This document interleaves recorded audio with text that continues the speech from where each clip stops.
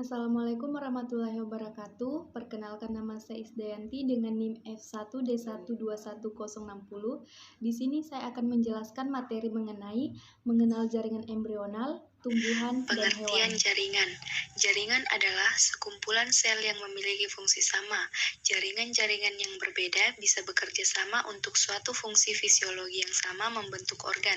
Jaringan dimiliki oleh organisme yang telah memiliki pembagian tugas untuk setiap kelompok sel-selnya.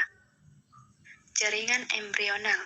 Jaringan embrional adalah jaringan muda yang sel-selnya senantiasa membelah. Jaringan ini merupakan hasil pembelahan sel sigot. Pengertian jaringan embrional. Jaringan meristem atau jaringan embrional adalah jaringan yang sel-selnya aktif membelah secara mitosis.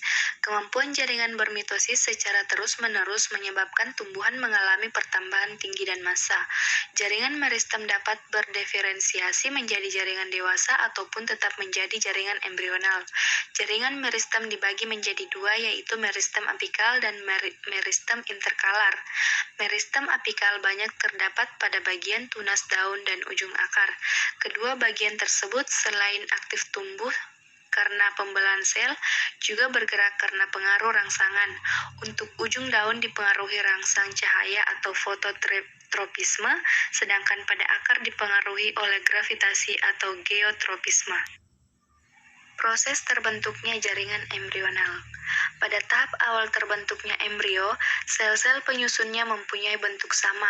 Namun, dalam perkembangan selanjutnya, sel-sel tersebut akan membelah dan mengalami perubahan bentuk maupun fungsi.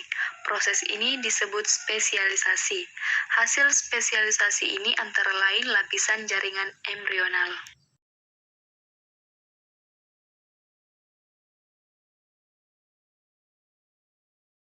Lapisan pada jaringan embrional.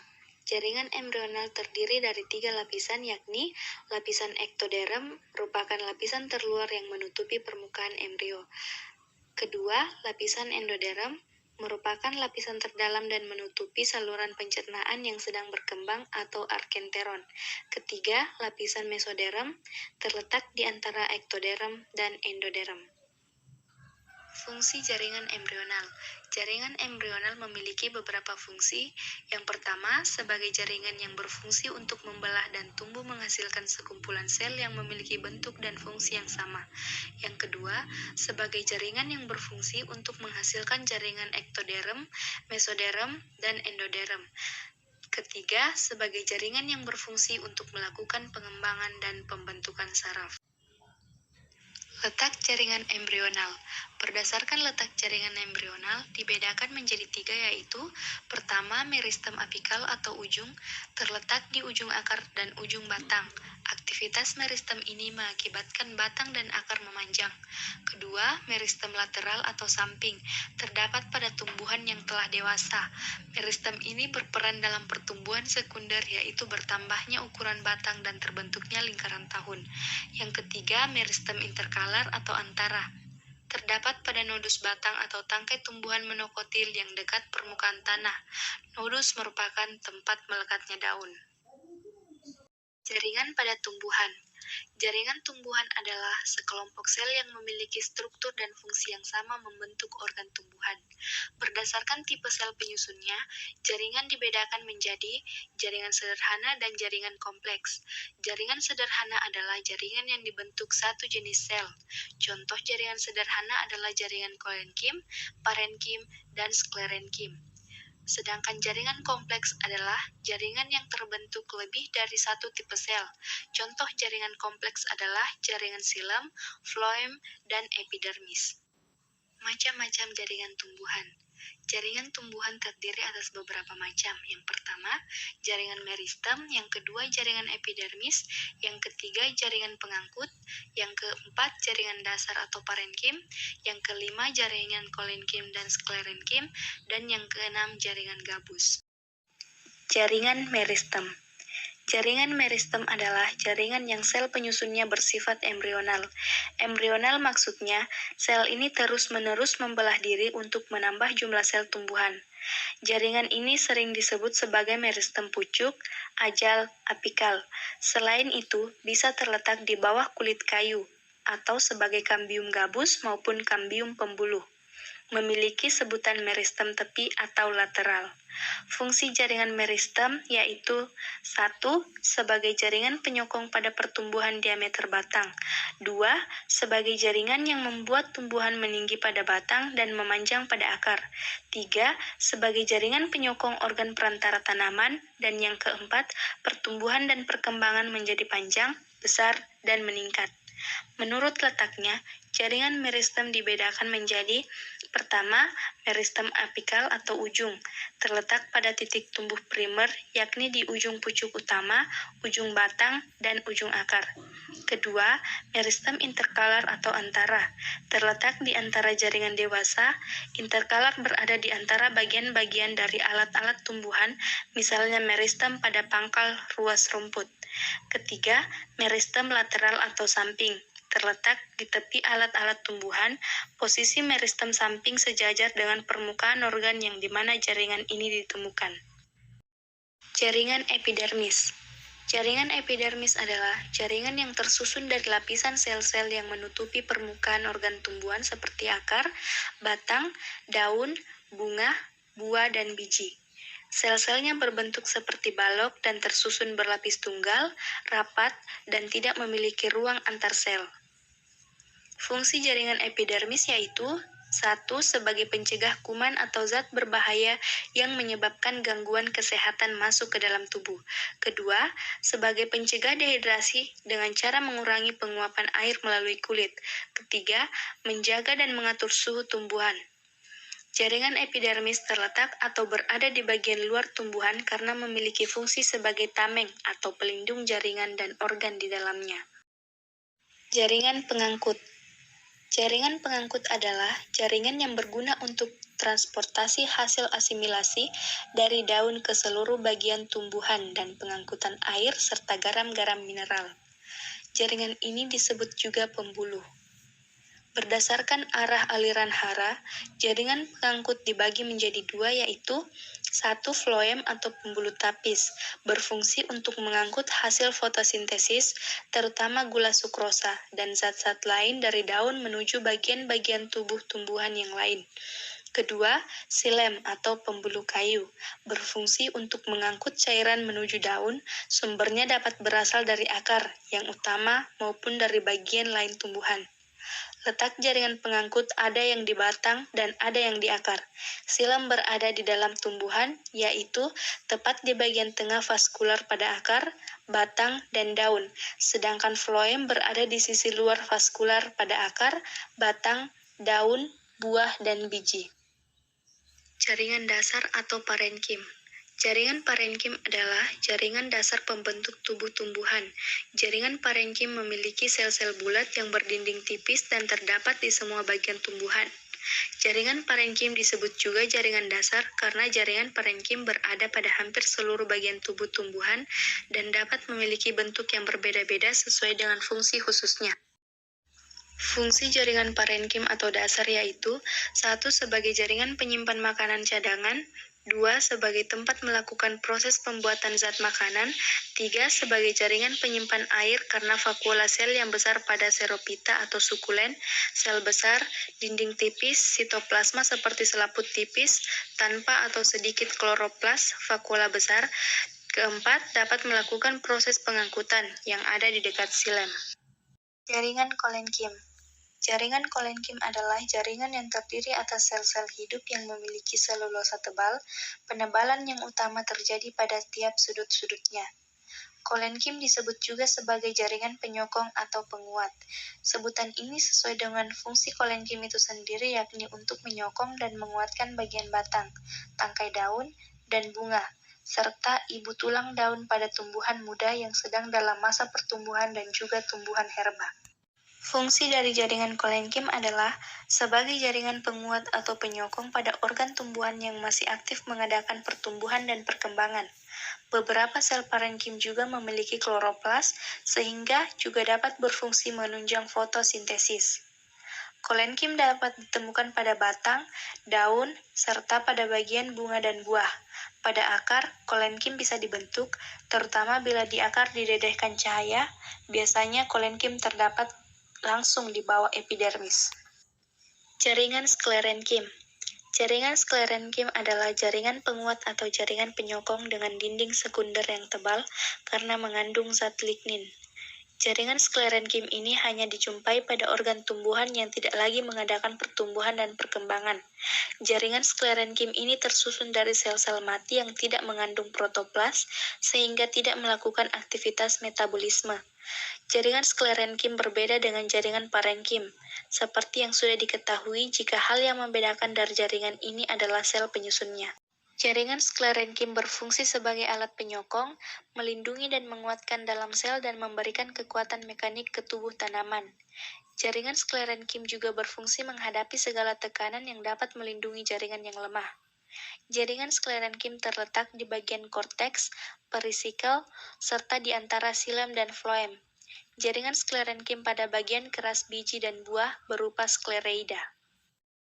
Jaringan gabus. Jaringan gabus adalah jaringan yang tersusun dari sel-sel parenkim gabus. Pada tumbuhan dikotil, jaringan gabus dibentuk oleh kambium gabus atau velogen. Sel ini mengandung suberin dan kutin yang lebih kuat dari epidermis. Pada tumbuhan yang berumur panjang, bila epidermis telah mati atau tidak aktif, maka jaringan gabus ini menggantikan fungsi epidermis. Fungsi dari jaringan gabus adalah untuk mencegah penguapan. Dalam jaringan ini terdapat zat suberin yang bisa memicu adanya penebalan, sehingga jaringan gabus bisa menjalankan fungsinya untuk mencegah adanya penguapan dengan maksimal karena sifat dari zat ini tidak gampang tertembus oleh air. Berdasarkan letaknya, jaringan gabus dibagi menjadi 3 yaitu 1. Eksodermis, terletak di bagian luar dan mengandung suberin yang berfungsi sebagai pengganti epidermis. 2. Endodermis, terletak di dalam akar yang dinding selnya bergabus. Lapisan sel ini sering dianggap sebagai lapisan sel yang paling dalam dari korteks atau lapisan sel paling luar dari silinder pusat. 3. Periderm, atau kulit gabus, terletak di bawah epidermis dan akar yang tua. Jaringan pada hewan. Jaringan hewan merupakan sekumpulan sel-sel hewan di mana mempunyai sebuah bentuk serta fungsi yang sama, sehingga membentuk jaringan pada tubuh hewan. Jaringan hewan ini dibagi menjadi 4 jenis, yaitu jaringan epitel, jaringan otot, jaringan ikat, serta jaringan saraf. Jaringan epitel. Jaringan epitel pada hewan merupakan jaringan yang berfungsi sebagai pelapis organ dan rongga tubuh bagian luar hewan. Jaringan epitel berlokasi pada permukaan tubuh hewan yang membatasi organ tubuh dengan lingkungan luarnya. Jaringan epitel yang melapisi permukaan tubuh atau lapisan luar tubuh disebut sebagai epitelium. Jaringan epitel yang membatasi rongga tubuh disebut mesotelium. Dan jaringan epitel yang membatasi organ tubuh disebut endotelium. Jaringan epitel hewan memiliki beberapa fungsi, yaitu 1. Sebagai pelindung jaringan yang berada di sebelah dalamnya, seperti jaringan epitel kulit dan jaringan epitel rongga mulut. 2. Sebagai kelenjar yang menghasilkan sekret. Ini ada 2 jenis, yaitu kelenjar eksokrin dan kelenjar endokrin. 3. Sebagai reseptor atau penerima rangsang, yang disebut epitel sensori atau neuropitelium. Sensor jaringan epitel ini paling banyak berada di sekitar alat indera. 4. Sebagai pintu gerbang lalu lintas zat yang mengatur penyerapan zat ke dalam tubuh dan pengeluaran zat dari dalam tubuh. Epitel terbagi menjadi 2 jenis, yaitu epitel penutup atau epitel yang merupakan epitel yang melapisi rongga, organ, maupun permukaan tubuh seperti kulit, dan epitel kelenjar yang enzim, hormon, maupun zat lainnya atau sekresi. Berdasarkan jumlah lapisan selnya, jaringan epitel dibagi menjadi beberapa jaringan, yaitu 1. Epitel pipih selapis atau sederhana, 2. Epitel pipih berlapis, 3. Epitel batang selapis, 4. Epitel batang berlapis banyak, 5. Epitel kubus selapis, 6. Epitel kubus berlapis banyak, dan 7. Epitel transisi. Jaringan otot. Jaringan otot merupakan jaringan yang berasal dari lapisan embrional dan disusun oleh sel-sel khusus yang mampu berkontraksi karena mengandung miofibril sebagai elemen kontraktil. Otot dibagi menjadi 3 jenis berdasarkan bentuk dan cara kerjanya. Ketiga jenis jaringan otot tersebut adalah: 1. Otot polos, merupakan jaringan otot yang disusun oleh sel-sel berbentuk kumparan dengan satu inti sel di tengahnya.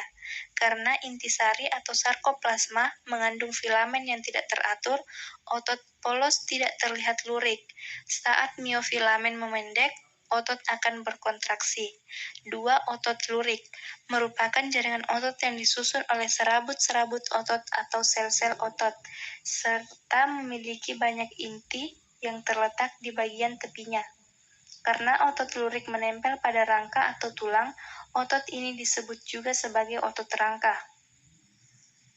3. Otot jantung, merupakan jaringan otot yang berada di jantung, yang sel-selnya bercabang-cabang dan setiap cabangnya melekat dengan cabang lainnya.